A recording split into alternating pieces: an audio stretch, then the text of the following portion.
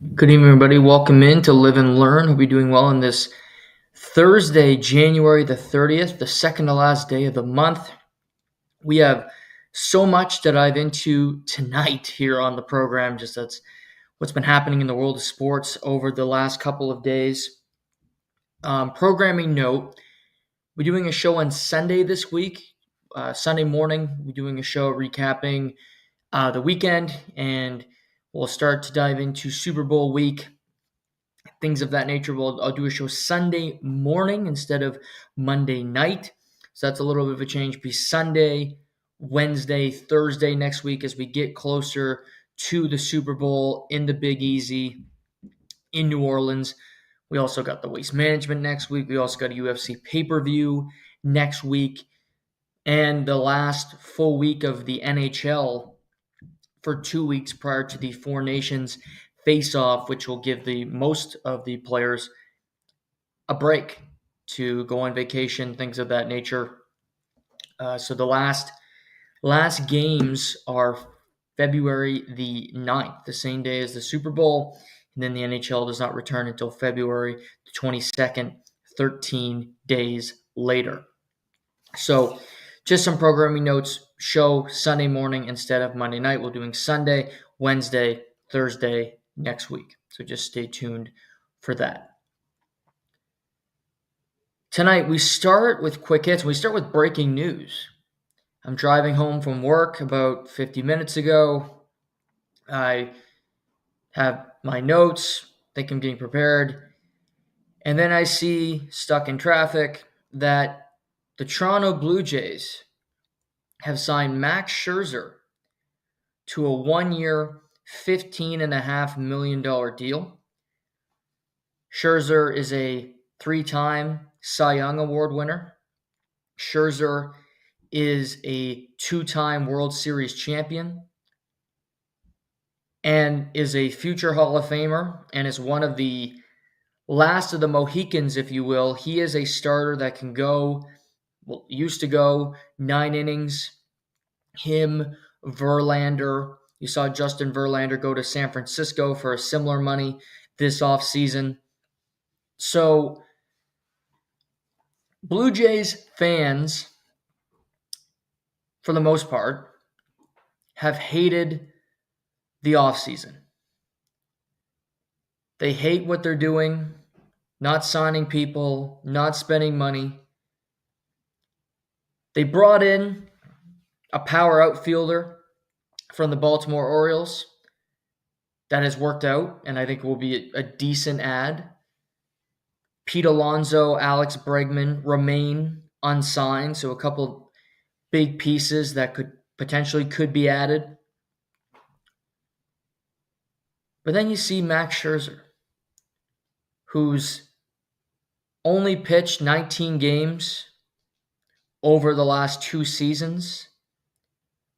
Max Scherzer, that when he is available, is really good. But it's like Pete Carroll getting a head coaching job. You look up and go, he's 74. Max Scherzer is 40 years old. Starting pitching, that's ancient. He had a 4 ERA last year. Wasn't really available for Texas. They win the World Series, and then the next season, they miss the playoffs. A disaster, you could argue, for Texas trying to defend a World Series with a big payroll. So it's an interesting decision. It's a bit, I'm going to use, what's the word I want to use? It's a bit desperate, I would say, because you're banking on an aging player being healthy and being available for you. Now, he threw for media and scouts in Florida last week, and according to Jeff Passan of the Mothership and others, the Blue Jays have been coveting Max Scherzer for a while now. and ultimately they land the guy that they wanted. If you look at his career, he's fantastic. 216 and 112 his record, 316 ERA, has pitched almost 3,000 innings in his career, over 3,400 strikeouts, was 11th pick overall by the Arizona Diamondbacks back in 2006, pitched at Mizzou.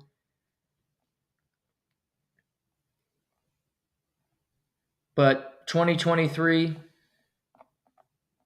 13 and 6. Last year, 2 and 4 with a 3.95 ERA, as I mentioned.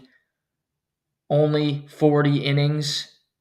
Didn't pitch in the last basically 2 months of the Texas Rangers World Series run.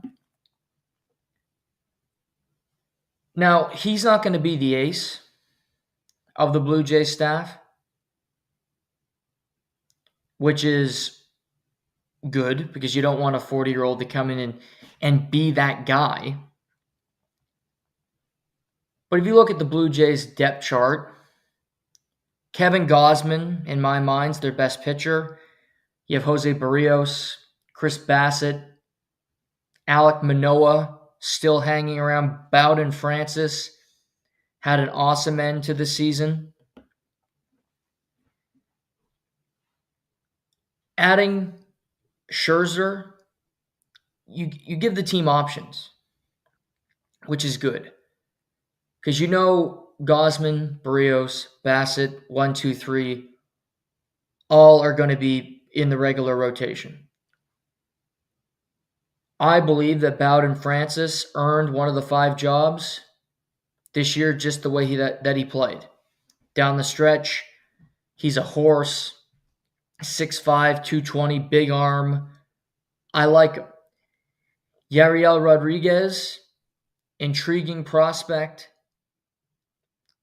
If you look at his numbers, they weren't very good, but he was on a team that sucked. 4.47 ERA, pitched 86 innings in his first big league season. So it's him, Manoah, Scherzer. I think you're going to go with Scherzer. You have 4 experienced guys, and then you have Bowden Francis, who's the up-and-comer, and then you have a guy like Manoah and Rodriguez hoping for innings, wanting to earn innings. And quite frankly, that's not a horrible pitching staff. There's a lot worse pitching staffs in baseball. You got to hope Bassett, you got to hope Barrios are going to have better seasons than they had last year. You got to hope that the Blue Jays bullpen is not a complete train wreck as it was last year. So it's a lot of hope, but that's what sports is. If you're not the Dodgers, you're hoping reclamation projects work. You're hoping that health will prevail for you and you get lucky in that sense. If I was buying stock on this, I have my doubts. I think if Max Scherzer's at his apex, I don't think there's a chance in hell that he's pitching in Toronto. Just my 2 cents. But he's at the end of his career and the options are limited, and for a team to give him $15.5 million to me is quite alarming. I wouldn't have paid him that much money for production that he's given me lately. Here's the thing. Was he a great pitcher? Yes. Hall of Famer. All-time great. Yes. He's not a great pitcher anymore. And to me, $15.5 million is paying a guy thinking he's going to come in and give you a lot of innings, get you a lot of work, be available come playoff time if you're lucky enough to make it there. I don't have great faith that he will be. But we shall see. It's interesting. The Blue Jays go into a season with a lot of hope.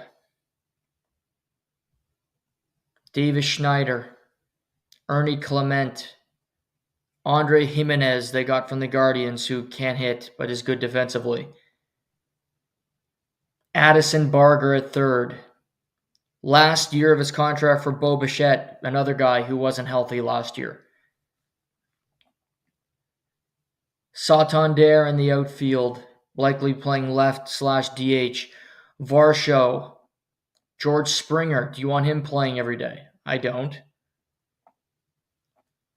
It's an okay team. To me, if the Blue Jays have a successful year, if the Blue Jays are a wild card team, it'll be because of their pitching and not because of their bats, because quite frankly, their bats aren't all that impressive. It leaves a lot to be desired. Bregman being out there, if they're a serious team about spending money, being a competitor, they should sign him to play third base because they don't have a third baseman. They don't have a good one anyway. They don't have an everyday major league third baseman. They have a bunch of guys that they like. Ernie Clement's 28. He's been in the minors a long time. Addison Barger. Okay, good story. His family was up a lot last year. Okay, he's 25. He batted 197 last year. Anybody can do that with 7 home runs. Will Wagner. He's been successful in AAA. Maybe. I certainly don't think it's a home run move. I think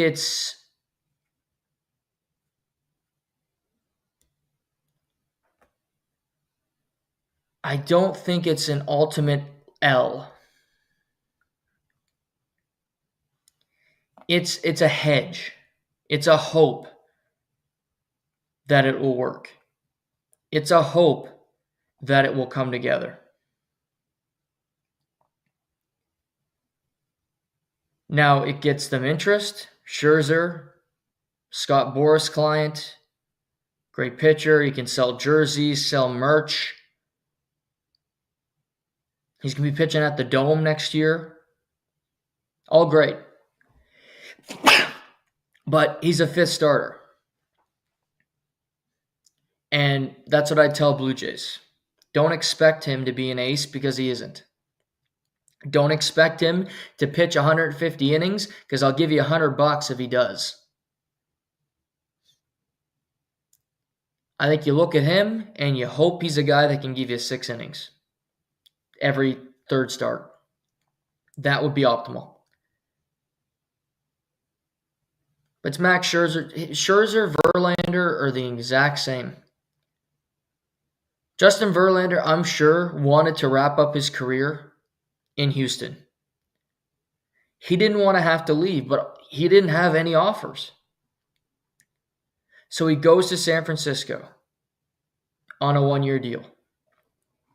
Scherzer, in a perfect world, you won a World Series in Texas. Let's finish the career in Texas. He's never played in Canada. He's never shown a great interest in playing in Canada. But when you still want to play and nobody's really sniffing around, you take what you can get. And that's Canada in this case. Might sound harsh. To me, it's just the reality of the situation. And that's not me putting down Canada. Canada does that enough on its own. That's a shot. Other news today.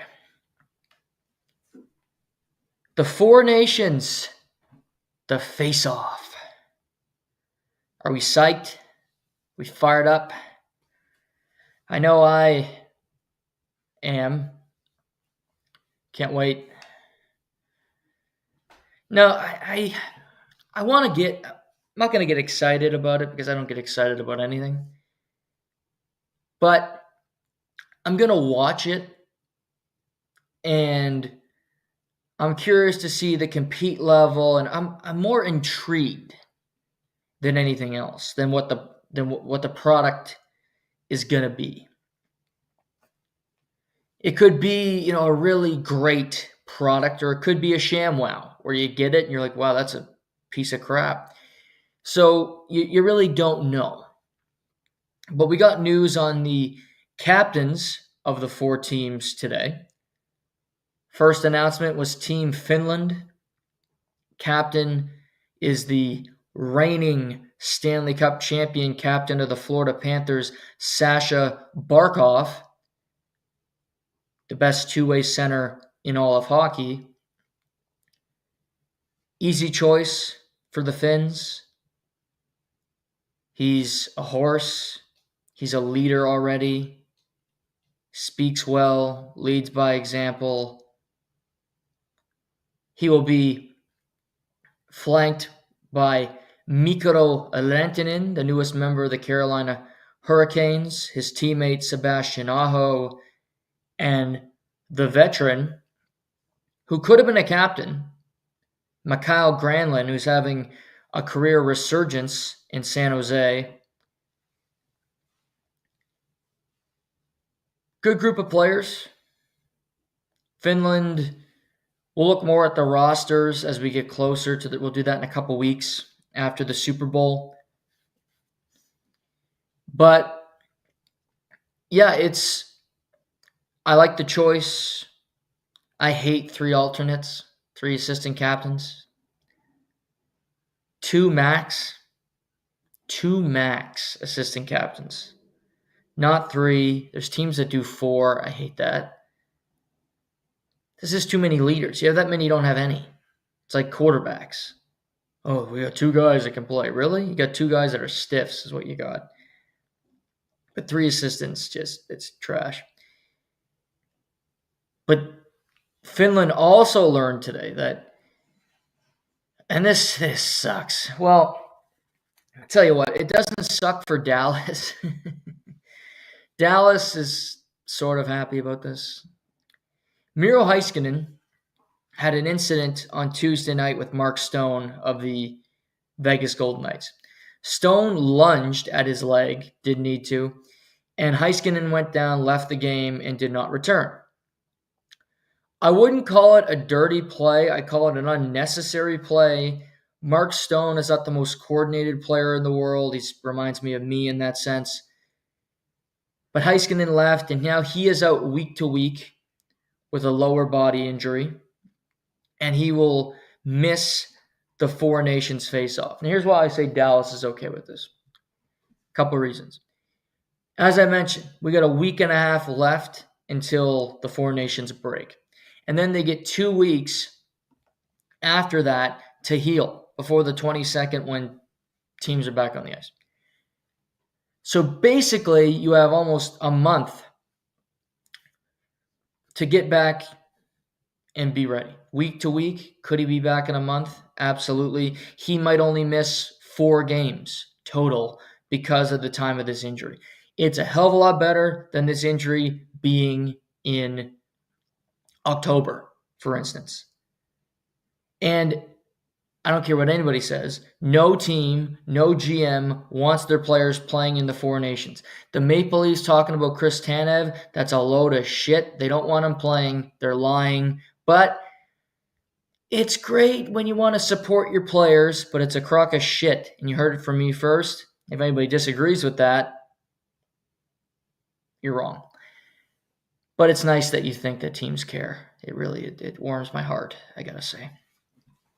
Let's move to Sweden. Sweden, team captain, the captain of the Tampa Bay Lightning, Victor Hedman.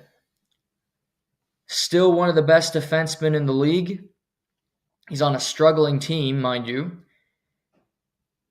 But he's as quality as it gets. He's a huge reason why Tampa Bay went to 3 straight Stanley Cup finals.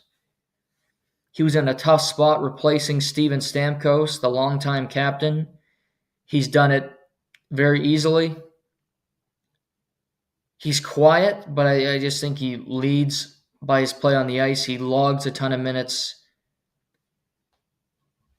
Nick Lidstrom was a leader. And I look at Victor Hedman very similar. I think he plays similar to Nick Lidstrom as well. They both have a great shot. They're both smart. They both defend well. They're both big. They're both Swedish.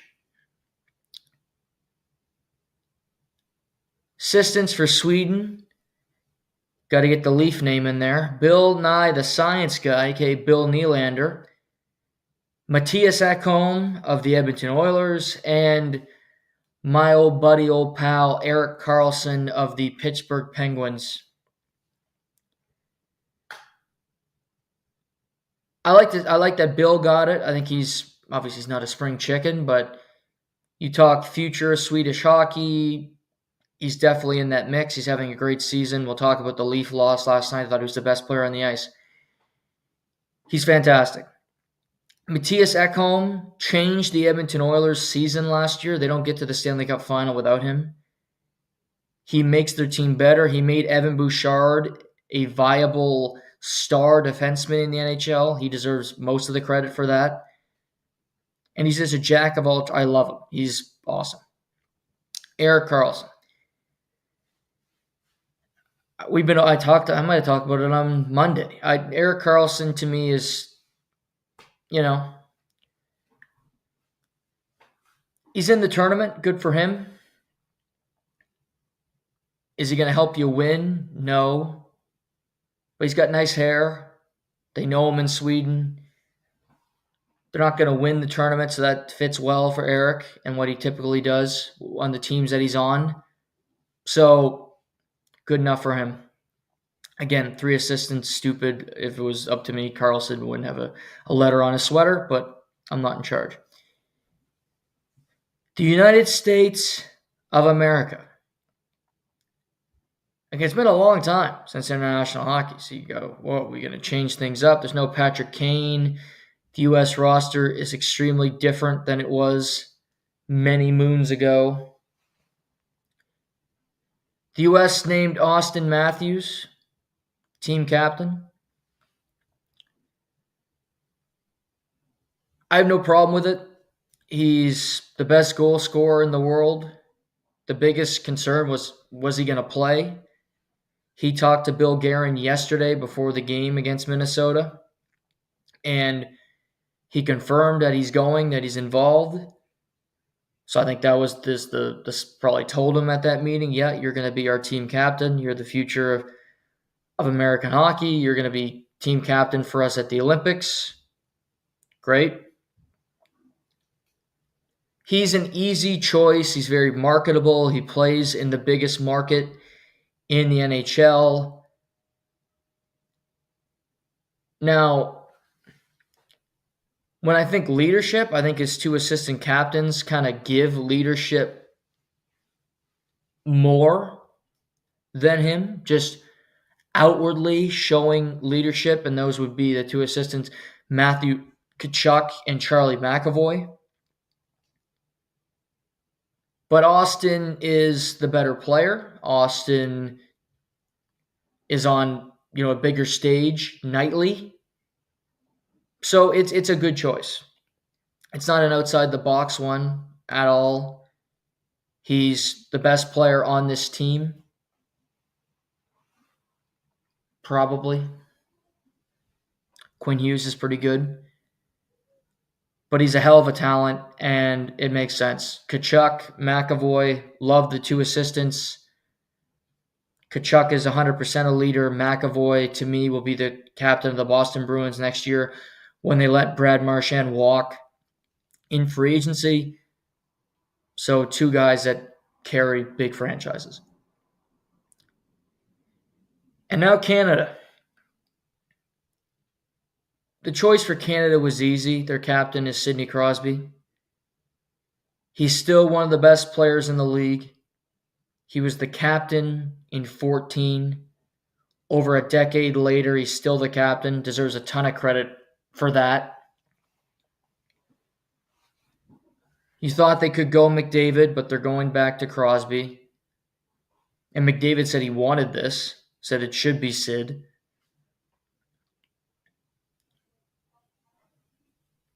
He's a loyal guy. He plays incredibly hard on a nightly basis.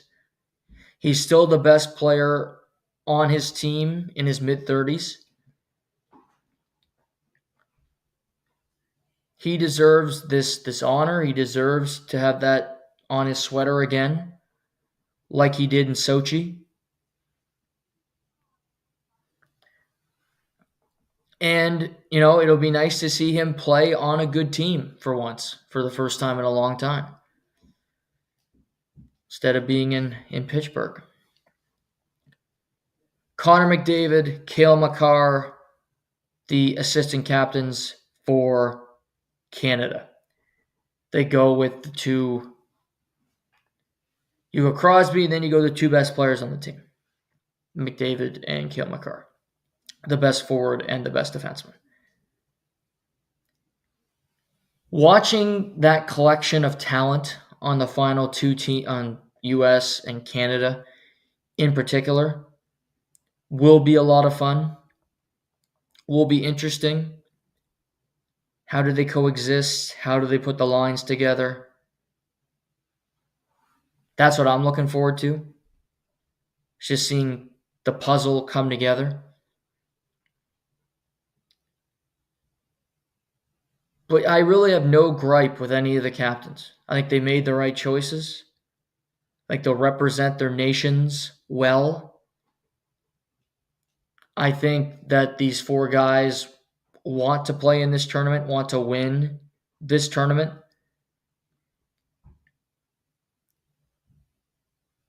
And,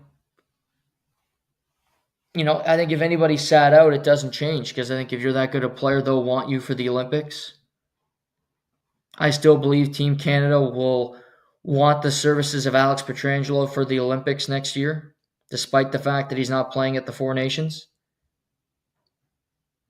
Because he's a really good defenseman. And he's a multiple-time Stanley Cup champion. He's still playing elite-level hockey. Not wanting somebody like that is just stupid and petty, and not taking the best talent. Canada just did it at the World Juniors, and they paid for it by losing in the quarterfinal. So I think they're learning some lessons here.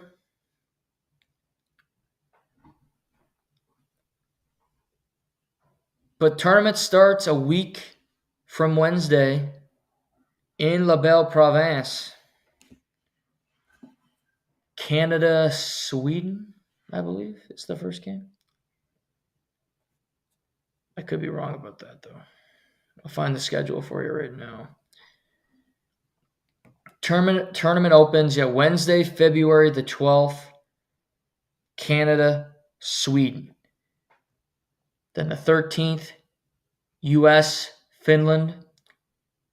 15th, Finland, Sweden in the afternoon. Canada, US, prime time. And then Family Day on the Monday, the 17th. Canada, Finland at 2 o'clock in the afternoon. Sweden, US. And those games will be at the TD Garden. As will the championship game will be on the TD Garden on Thursday, February the 20th. So quick tournament, only 4 teams, but the teams have been picked. The team have their leadership group. We know the coaches. So those announcements are complete as of today. Other news today, John Klingberg, the newest member of the Edmonton Oilers, will make his Oilers debut tonight against the Detroit Red Wings. It was reported he was going to make his debut against the Leafs on Saturday, but he will go tonight. He's healthy enough to go. His first game this evening against the Red Wings at home. So Klingberg's first game in well over a year since having hip surgery, not landing anywhere initially in free agency, and playing on a 1-year till the end of the year prove-it deal with these Oilers, hoping to show something to the rest of the league that he can still play and still be a factor on a team that very well could win the Stanley Cup this year, that was in the Stanley Cup final last year. A team that's no team's been hotter since late November. They're playing fantastic. So lots of intrigue. I'm curious to see how he plays tonight. I will be watching that game, but Klingberg in for the Oilers. All right.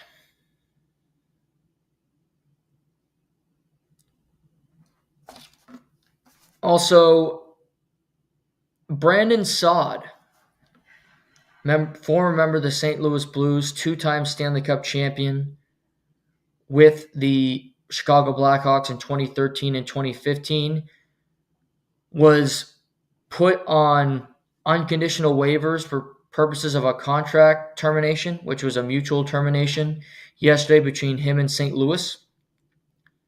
He forfeits almost $6 million in next year's $4.5 million salary plus the end of this year to become an outright free agent. They put him on waivers. They wanted him to go down to Springfield. He's got 16 points in 43 games, struggling. And at 32, he didn't want to be playing in the American League. And he said no to the money in order, hoping to get a better opportunity, an opportunity to play in the NHL down the stretch. So, couple things on this.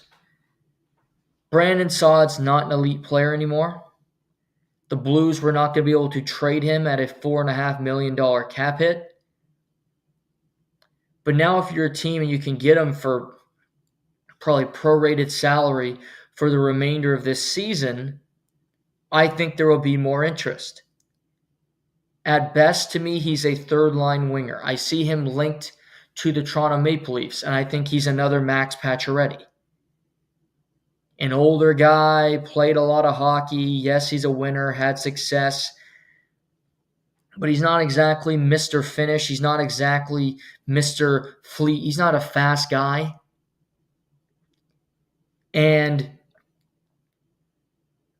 he's going to give you limited production, limited just what he can give you on a daily basis. So I don't think it's an absolute lock. I don't think it's a perfect fit. He played under Berube. I see why. But if I'm the Maple Leafs, Brandon Saad is not somebody that I'm that interested in. I think he'll be looking at teams that he knows are going to be playoff teams. Washington could be a fit, going to be a playoff team. New Jersey could be a fit, going to be a playoff team, could use some more size, could use a bit more of a veteran presence on their team. Looking around, it wouldn't hurt Vancouver, quite frankly. I don't know if he'll want to go to Vancouver, not a lock to be a playoff team, but they are playing better hockey as of late. So I think there's a number of teams that he would make sense. But I think teams need to be realistic. I think teams will be. He's not a trade deadline guy that you go, that's going to change my season. He's the missing piece. He's a piece that can be added that you hope will bring you some production.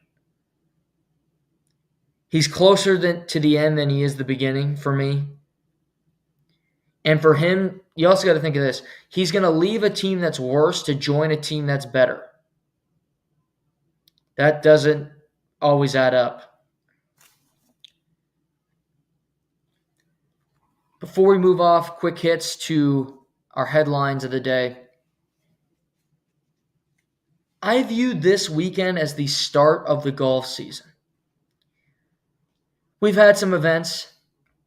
Sepp Straka won this year. It was cool to see Nick Taylor win in a playoff down in Hawaii at the Sony. But Rory McIlroy hasn't played on the PGA Tour this year. Scotty Scheffler hasn't played on the PGA Tour. Tommy Fleetwood hasn't played on the PGA Tour this year. Victor Hovland hadn't played on the PGA Tour this year.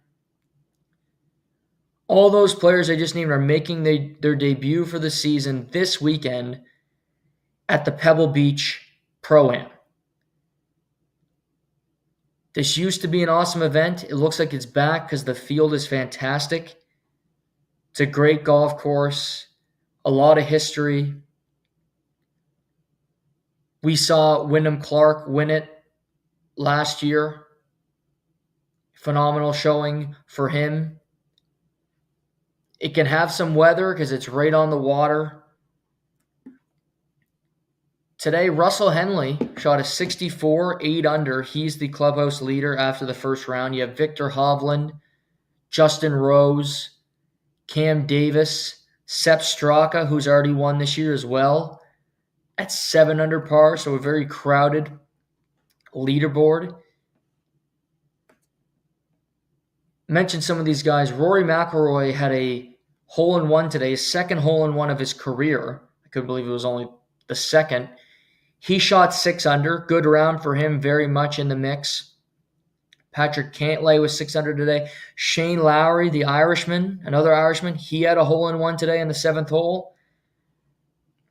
Scotty Scheffler, 5 under par, was even through his first 8 holes, then found his game, got some success. So him being tied for 15th at this point, only 3 shots back, he is very much lurking, very much in the mix. Taylor Pendrith, also 5 under. Sahith Theegala, Tony Finau, all at 5 under par. Mackenzie Hughes, Nick Taylor, the Canadians at 4 under. Ricky Fowler had a 4 under. He had an awful season last year. I hope he can turn it around. 4 under today. Morikawa at 3 under. Like I said, this is a loaded field. Jordan Spieth made his return. This is his debut at the PGA Tour this season after off-season surgery. So a lot of guys returning. Ludwig Aberg was 5 over today. Rough. Wyndham Clark, the defending champion, 2 over. He's tied for 77th. You had 60 guys go under par out of 80 participants, which is pretty good, quite frankly. Not bad. And you had a bunch of guys go even as well. So only 7 were over par today. The course played pretty easy. The course played pretty well. There always could be elements this weekend. But Pebble, beautiful spot, great players. You get this tournament before you get the waste management. I love it. We'll see what happens. We'll be following it. We'll talk about it on Sunday morning.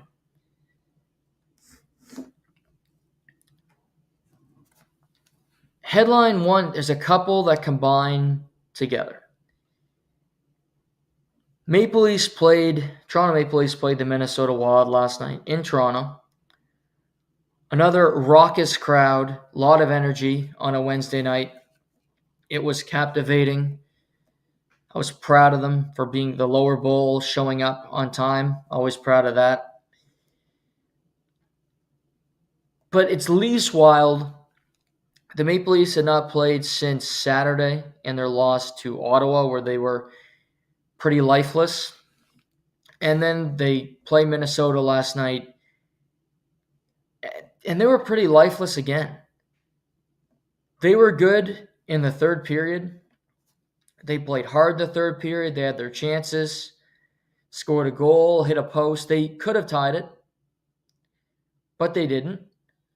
And they relied on a third period. They relied on 20 minutes being enough to beat a Minnesota Wild team that, yes, is without Kirill the Thrill, but they're no slouch. They're a playoff team. They're third in the toughest division in hockey, the Central Division.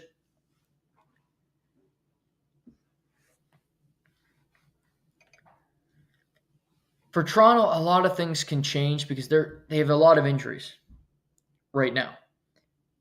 No Matthew Nyes, Pacioretty's first game back.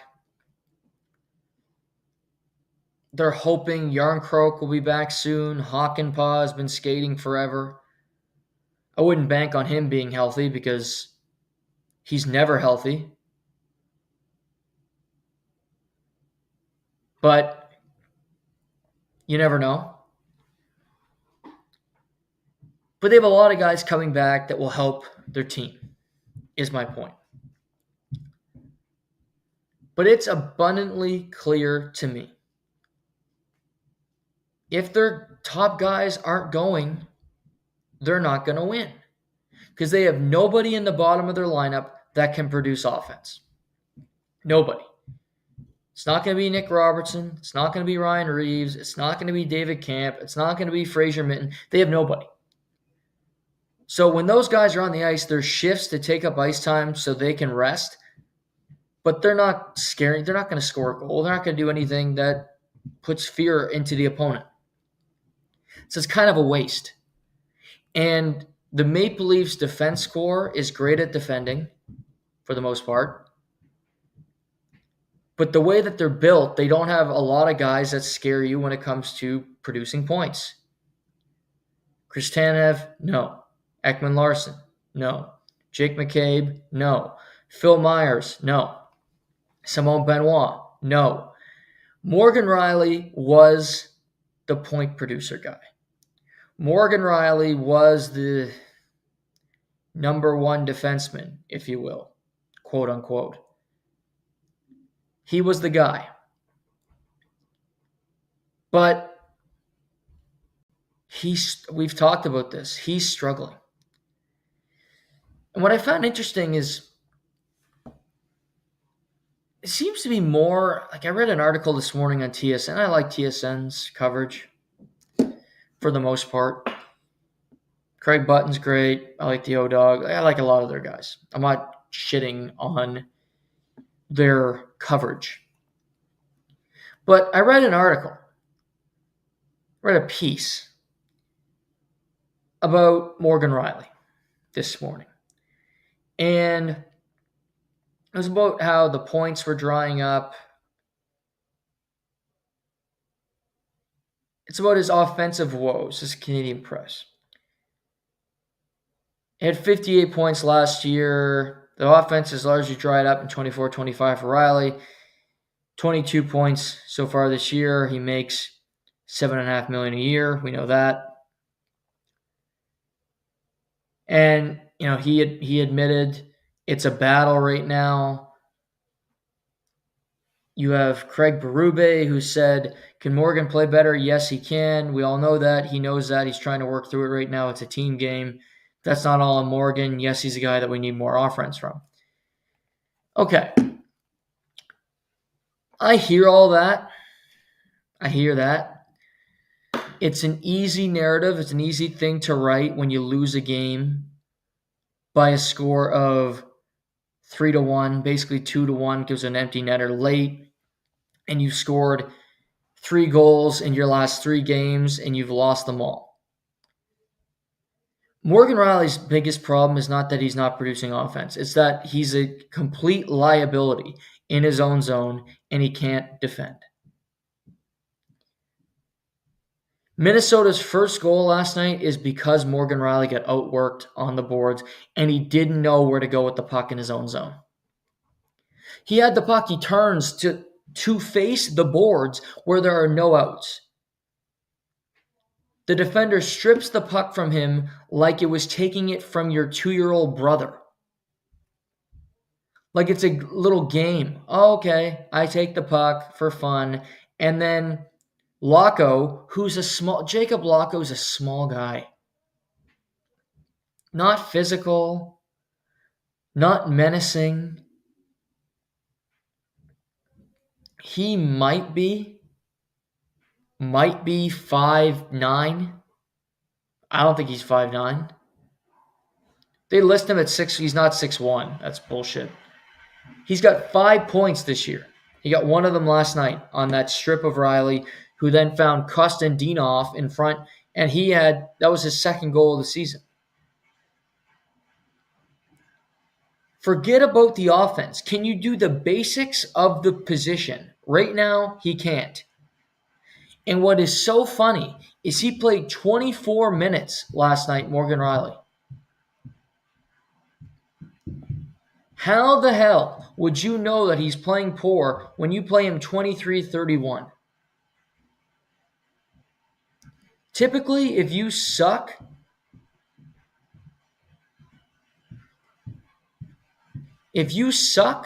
you're not playing 23-31, and he sucks right now.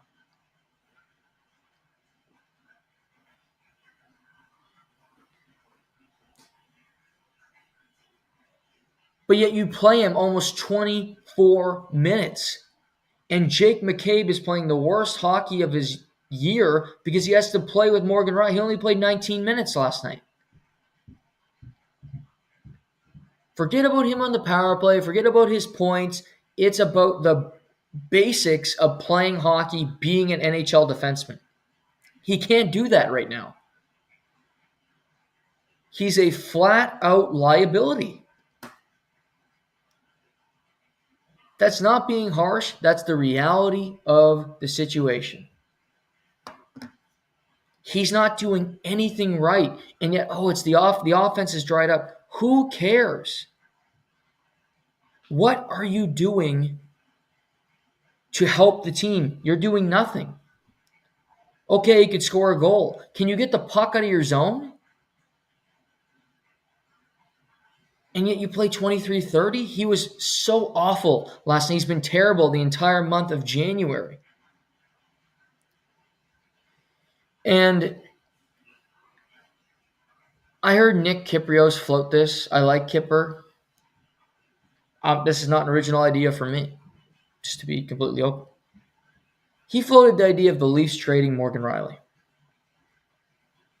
I don't think it's crazy. I've talked about it in off seasons before.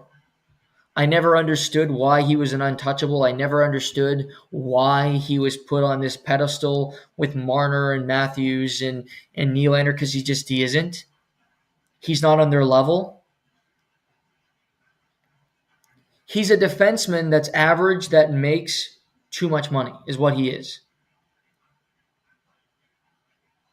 He's had good seasons. He's not a number one defenseman. He never has been, never will be at the getting into his 30s. And yet he's growing Morgan Rielly. I don't get it. If the notion is we have a bunch of defensemen that can't put up points, okay. He's not doing it either. And he can't defend, and he makes your best defenseman, Jake McCabe, worse because he has to play on his offside. Jake McCabe looks lost. He looks like he doesn't want to make a mistake because he knows Morgan's going to make about 4 a shift.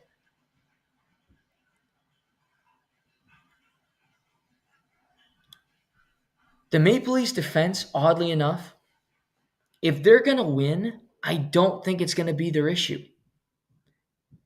They might not have a great offensive defenseman on this team, but you don't necessarily have to. Pittsburgh won in 2016 without Chris Letang. Didn't play a game in the playoffs. I'm going to pull up that playoff roster. Penguins, 2016, so I can remember the guys perfectly. Playoff lines. Because Chris Letang didn't play a game. And yet they still won. They managed. Joseph Woll hasn't had a great month.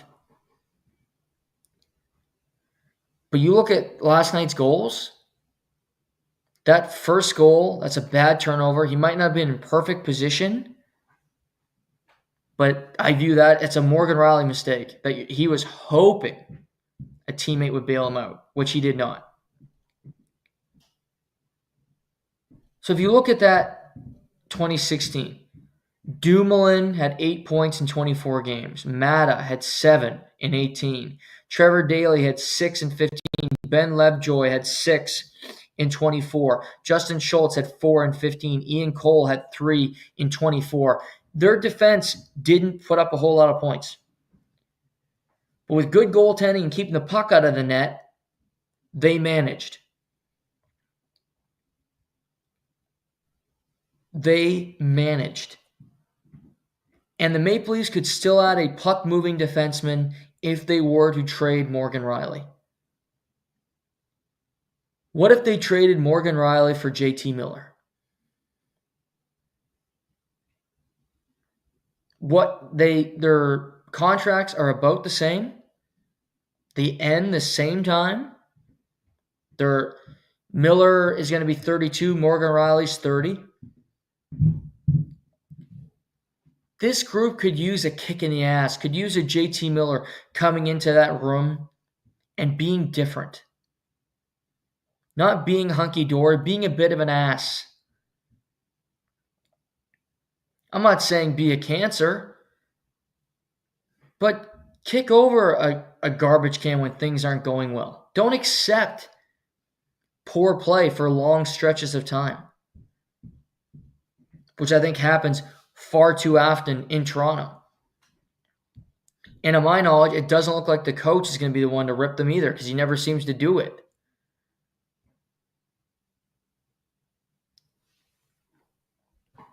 I'd explore it. Because I think it's this year the Maple Leafs could win the Cup. I truly believe that. But this year they also could be out in the first round again. Because they're not perfect. But again, status quo and picking around the edges. I don't like it. Make a bigger move. Show some balls. Do something. Shake up that room. Because I'm not buying that this team is going to win the Atlantic, even though they should. I'm not buying they're going to win the Atlantic Division because they're just so laissez-faire. 3 losses, 4 losses, 5 losses. Okay, we'll get them next time, Joe. Oh, thanks. If you look at defensemen available, there's some guys you don't want, certainly. Ristolainen, Marcus Pettersson with Pittsburgh, not a puck move, he's a defensive defenseman. They have lots of them. What if Tony DeAngelo doesn't work out? What if he doesn't work out? It's an option. In Long Island, Ivan Provorov in Columbus, pending UFA. Puck-moving offensive defenseman, younger than Morgan Rielly. I'm not saying you have to keep him, but you could bring him in. Adding another defenseman is tough. One that you really like. I understand that. But to me, this is a team I'd risk doing something different. Making a big shakeup. Look what Colorado just did. I hate what Colorado did, but they did something. Carolina, on the other hand, did something polar opposite to what they do every year. And I love it for them. I watched them on Tuesday night, and they whooped the Rangers' ass. And all 4 lines play the same, and I love their team. I love their team. And they're going to be tough to beat in the Eastern Conference. 7 games, Freddie Anderson, I worry about him, but I think they can beat anybody. I think they can beat anybody in a 7-game series in the East with the way their team's built. And I think they're going to do more to get better because they know that they have a really good team. Find another D-man. Make a bigger deal. Because if you traded Rielly for JT Miller, you wouldn't have traded any of your best assets. You'd still have Fraser Minton. You'd still have Easton Cowan that you could use as trade chips. That you could use as leverage to go for a bigger fish, to go for something more interesting. Something that could work. Who that is, I don't know. Maybe it's Seth Jones. They like Seth Jones. Could be. Maybe it's a minor thing in Tony D'Angelo. Could be. What if the Islanders were willing to trade Noah Dobson? Unlikely, but you never know.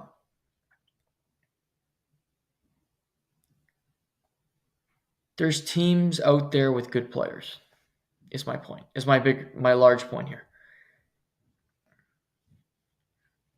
And you can do interesting. What if St. Louis would trade you Colton Parayko if they got a haul in return? I like Colton Parayko. He made the Four Nations over Morgan Riley. So based off that metric, you'd say he's an upgrade. He's got more points than Morgan Riley this year. He averages more minutes. Plus minus, I don't give a shit. +1. Morgan Riley is, let's see what Morgan Riley is this year. I don't think he's more than a +1, but I could be wrong about that. Morgan Riley, let's find it. He is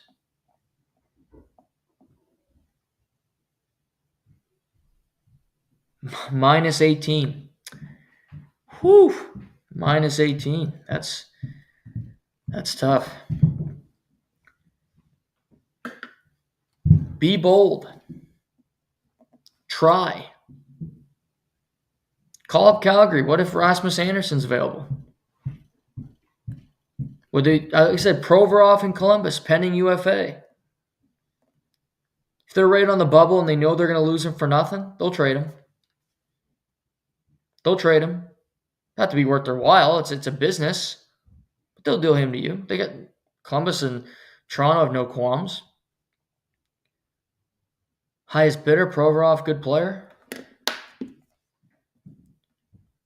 So I just think it's about being creative. Could this team do very little and still go on a deep run? Yes. But by the day, I lose confidence in that reality. I lose confidence in what they're going to do, what they can do. Because, yeah, they're going to get Nyes back and Stolars and possibly Hakanpää and add before the trade deadline. But what if you made a bigger play? What if you were a little more creative? Because you have a ton of good defensemen that I think slot well. But one shoe doesn't fit. And that's Morgan Riley on this team. He doesn't have a guy that he's really paired well with this year. Didn't work with Tanev. Worked with Myers until it didn't. Doesn't work with McCabe, and he's the highest paid defenseman, and you have to work around him. And maybe this is me because I'm just not the biggest fan of him.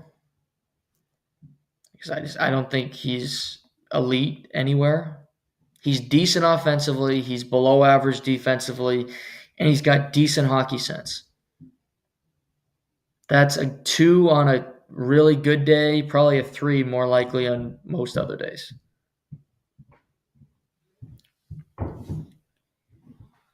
So, also last night, did they lose because of Morgan Riley? In part. But they didn't score. They scored 3 goals in their last 3 games total. That's on 88, 16, and 34 to be better. Just point blank. I thought William Nylander was their best player last night by a wide margin. He had jumped the whole game. He was flying. I thought Matthews was pedantic. You had Marner was Similar to Ottawa on the outside, no real threat. Yeah, it's a game they want back. Their last three, you look at the Columbus loss, Ottawa loss, and a Minnesota loss without their best player. That's not great. Credit to Minnesota. Going to Toronto, no Kaprizov, who's out for a month. And after surgery, because he's been banged up all year. And I thought Filip Gustafsson was really good in that third period. He'll be the starting goalie for Team Sweden at the Four Nations. The Maple Leafs, to talk about defensemen, they would love Brock. I mean, every team in the league would want Brock Faber. The kid's just a stud. Just a stud. I mean, come on. He's got 21 points, which is less than Riley. Yeah, plays 25 minutes a game. And I appreciate him and his skills. He's just phenomenal. But they got some good. Marco Rossi, he impressed me last. He's had a good season. I thought he played well. Faber is awesome every game. Foligno's kind of the heart and soul. I love Jake Middleton too. What doesn't he do? You ask him to block a shot with his face, he's going to do it if the team can win. He's an everyman. He's awesome. I love him. They're a team that should be good enough to make the playoffs. Probably unlikely to do any big damage outside of that. Because you look around, they're going to have to play the likes of Winnipeg and have to play the likes of Colorado and Dallas, Dallas is damn good. So, but credit to them. They've had a lot of injuries this year. They've overcome them. They hit a skid. Bill Guerin talked about it. He said, our team's not playing hard and we need to win more battles. And they won a game last night that they could have lost, but I don't think they were thoroughly outplayed. I think they certainly did enough to win. They are 4 points up on Colorado with a game in hand. They'll have that game in hand tonight. They are in La Belle Province playing the Montreal Canadiens, second half of back-to-back. Marc-Andre Fleury's last game at Le Centre Bell, which I'm sure will be emotional for him. He was even emotional talking about it to the media in Toronto yesterday. It's a big moment for him, being a Quebec kid, being back, playing against, your hometown team, a team you grew up idolizing. He never got to play for Montreal, but he's been beating them for a long time. But Minnesota in Montreal tonight, I'm sure that'll be a special night for Marc-Andre Fleury and for his family. But yeah, Kaprizov out a month, but I think they'll be okay. Because like I said, they got a couple games left. They're in Montreal tonight, in Ottawa on Saturday, at Boston next Tuesday. Then they have a home game against Carolina, home game against the Islanders before the Four Nations face-off. And he could be back that 22nd game they got a home and home against the Red Wings. Then they're at Utah, at Colorado. So even if he misses the month of February, he's only going to miss 7-8 games total. So I think that the Minnesota will be okay without Kaprizov as long as he's not out too long.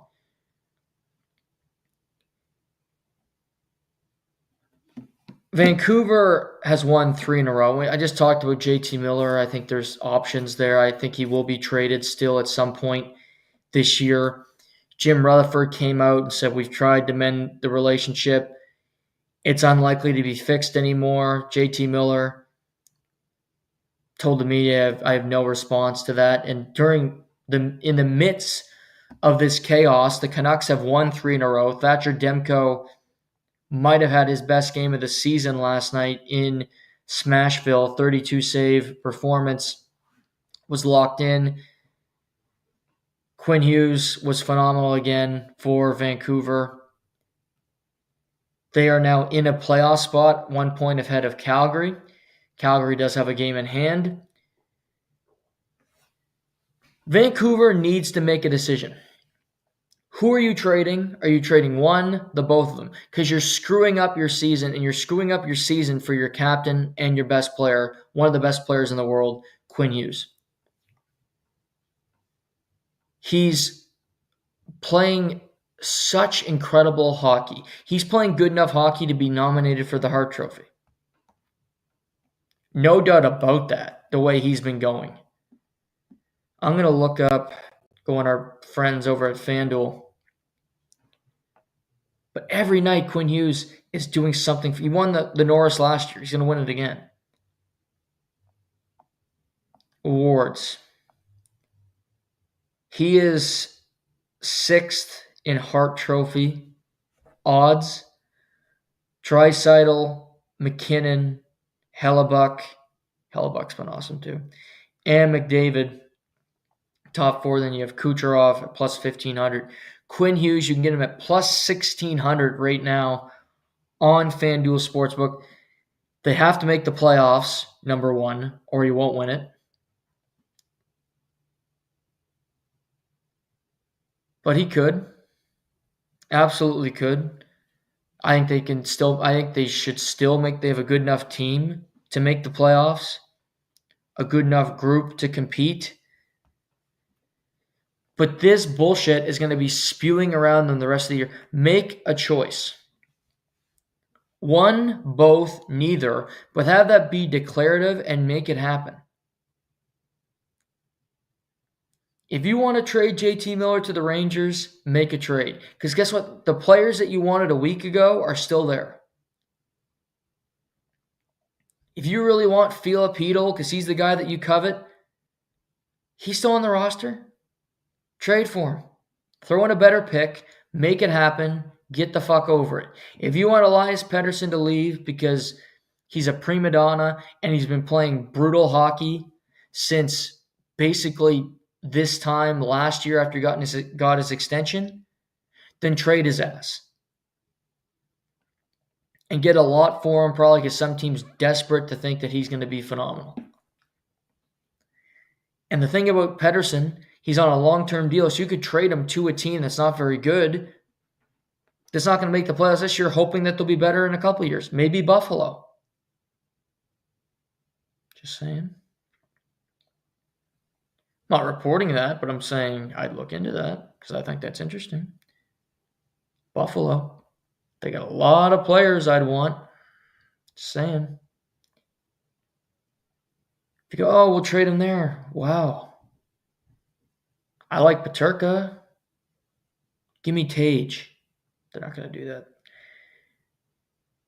Cousins, maybe. Quinn. I like Yuri Kulich. He'd be in the deal for me. So, there's options. But make a decision, Jim Rutherford. This bitching in the media and making, just make a choice and live with it. Not that hard, man. Not that hard. But yeah, the Canucks, they're a drama queen squad right now.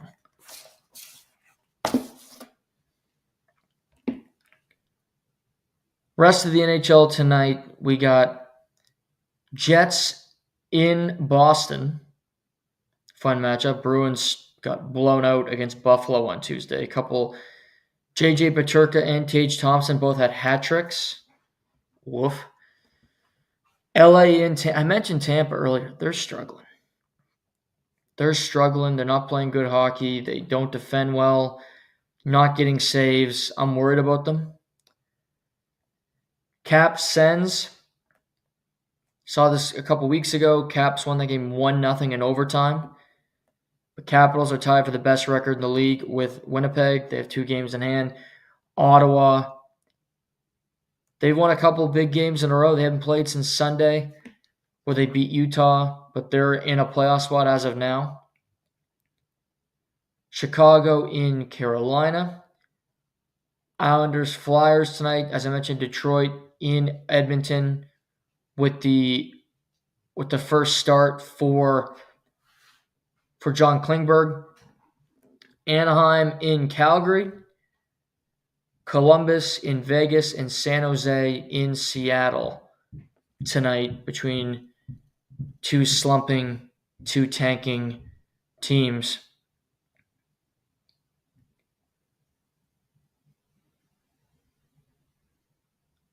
But yeah, lots happening. Lots happening. A lot of good games tonight. We'll talk about on Sunday morning, special edition of the program. We'll talk about the weekend, what's happening. The Utah Hockey Club are going to be doing a fan vote to determine the name of their team moving forward. And I believe the names are Utah Hockey Club, Utah Outlaws, and Utah, not Yetis, because Yetis got voted no because of DEI. Just kidding, but yeah, basically. I think they were worried Yetis was going to offend somebody or some people, so they didn't go that way. But the last, it's Outlaws, Utah Hockey Club, and the Mammoth. Outlaws is terrible. I hate that. Outlaws in Utah. I mentioned it's either Utah Hockey Club or it's the Utah Fighting Mormons. It's one of the two. Both are great. If it's the Fighting Mormons, I'd like credit and I'd like some money because I came up with the name and that's trademarked, by the way. But I'd like my piece of the pie on any sales, anything. Obviously a large chunk of that would come to me here at Live and Learn Inc. But as long as that happens, I'm fine with it. But Outlaws is junk. Mammoth, Woolly Mammoths, I guess. Yeah, I mean, I didn't know we're naming a club after an Ice Age movie, but if that's the way we got to go, that's the way we got to go. Utah Hockey Club or Utah Fighting Mormons. The rest suck, quite frankly. But maybe people love them. I don't get it. But I'm not most people. And also, correction from Monday show, I said that Matt Eberflus, the former head coach of the Bears, was being hired as a defensive coordinator in Cincinnati. That's incorrect. He's the new defensive coordinator in Dallas on Brian Schottenheimer's staff. So he's now in Dallas with Jerry Jones and Brian Schottenheimer and that complete mess that's going on there. Good luck to Matt Eberflus. To wrap up the show today, this weekend in combat sports, it's a fun weekend. In the UFC, it's not a pay-per-view, but it feels like a pay-per-view event. It's over in Saudi Arabia. Prelims, start at 10 a.m. on Saturday. I love an afternoon card. Main card starts at 1 o'clock in the afternoon. The event is headlined by two-time middleweight champion of the world, Israel Adesanya, fighting Nasruddin Imavov of France. Two 185-pound men in the cage. Adesanya with a loss to Duplessis back in August. He's back relatively quickly. Duplessis will fight next weekend. So you have the middleweights in the next three events are all headlined by middleweights, which is interesting. Imavov's been on a tear. He had a fight against Sean Strickland that he lost. That was a 205-pound fight because it was short notice. Since then, he's kind of gone on a tear through the division. He's looked sharp. He wins a lot of decisions. He lost to Sean Strickland, beat Chris Curtis, defeated Roman Dolidze, 5-round fight, beat Jared Cannonier, and then beat Brendan Allen back at UFC Paris in September. So 4 straight wins against all ranked guys. But this is by far his toughest test because Israel is a 2-time champion. To me, I've rewatched the Israel Dricus fight. Israel's looked really good. He looked really good in parts of that fight. I thought he was probably down 2-1, but he was smooth with his boxing. He looked fine. He slipped in the fourth round. Dricus got his back, and Dricus just smothered him until he eventually tapped out. Imavov could go to the ground. We've seen him do it before.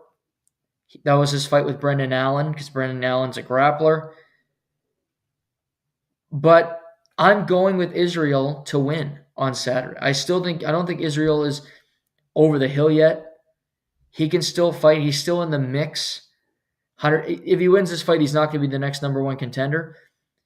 But I think he's a couple fights away from being in that. I think this is his 16th straight 5-round fight. This is first time in a long, long time that he's not in a title bout.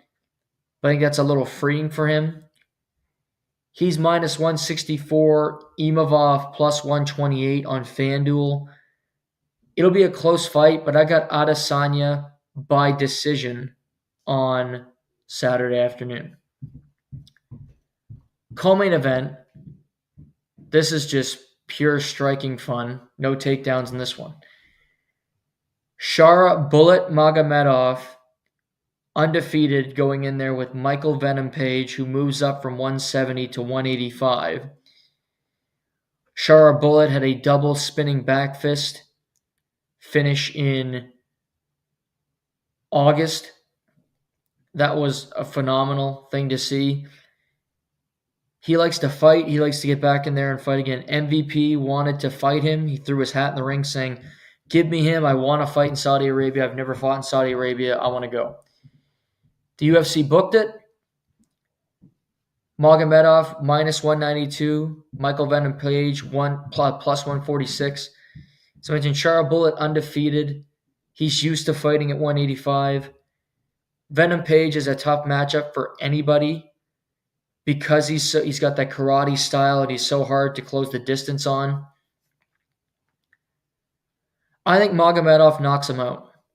He's got great power. He's got the ability to finish just about anybody. This is his toughest opponent yet, but I think he'll win. I think he'll prove some people that his stock continues to rise with the UFC. I got Shara Bullet winning. You have Sergey Pavlovich, who fought for the title in November of 23. He's lost 3 fights in a row now. He gets Jairzinho Rozenstruik, who's won a couple in a row, starting to feel it, getting that momentum.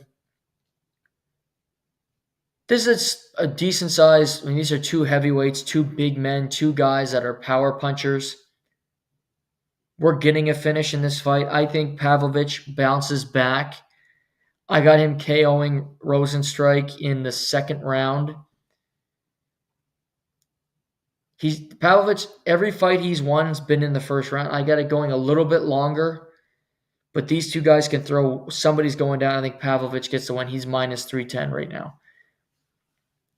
This is where I get to upset. Said Nurmagomedov is fighting Vinicius Oliveira. Oliveira won in a contender series. He's won 2 fights since joining the UFC. Nurmagomedov, he's got that last name, but he doesn't train with Habib and those guys. He's not got the lore of the Habib camp. Oliveira is just nasty. He knocks people out. He had a running knee that could have been KO the year last year. He loves violence. He likes to attack. It's a close fight because you got minus 172 plus 134. I got Oliveira winning the fight plus 134. I think it's going to be a fun one. Wouldn't be surprised if he finishes him, even though he's the underdog. You have Fares Ziam Fighter from Paris, France. Really good fighter. Got a finish in his last fight. He has Mike Davis. Mike Davis minus 146. I like ZM plus 114 to win the fight outright. Jasmine Jasdavicius, Canadian, fighting Myra Buena Silva. Take Jasdavicius minus 230. She's on a roll. She's really good at this weight class. She's talented on the ground, on the feet. She's only getting better. She'll get the win in Saudi Arabia. Really fun card. We'll cover it on Sunday. We got some other fights that were announced as well. We'll talk about those. But Sunday morning, we'll recap hockey for the next couple of days. We're going to talk about the Pebble Beach Pro-Am. We'll get into any other baseball news. I do want to talk Jimmy Butler. We'll do that on Sunday as well. Just what's happening with him in the Miami Heat, and the NBA trade deadline is a week from today. Why they do it on Super Bowl week, beyond me. But again, it's the NBA for you. But we're going to do a special show Sunday morning where we talk about a number of these things. We'll also start teeing up the Super Bowl, which would be a week from Sunday. Thank you all for hanging out tonight. Appreciate the support as always. Until next time, I'm your host, Noah Warren, and this is the Live and Learn podcast.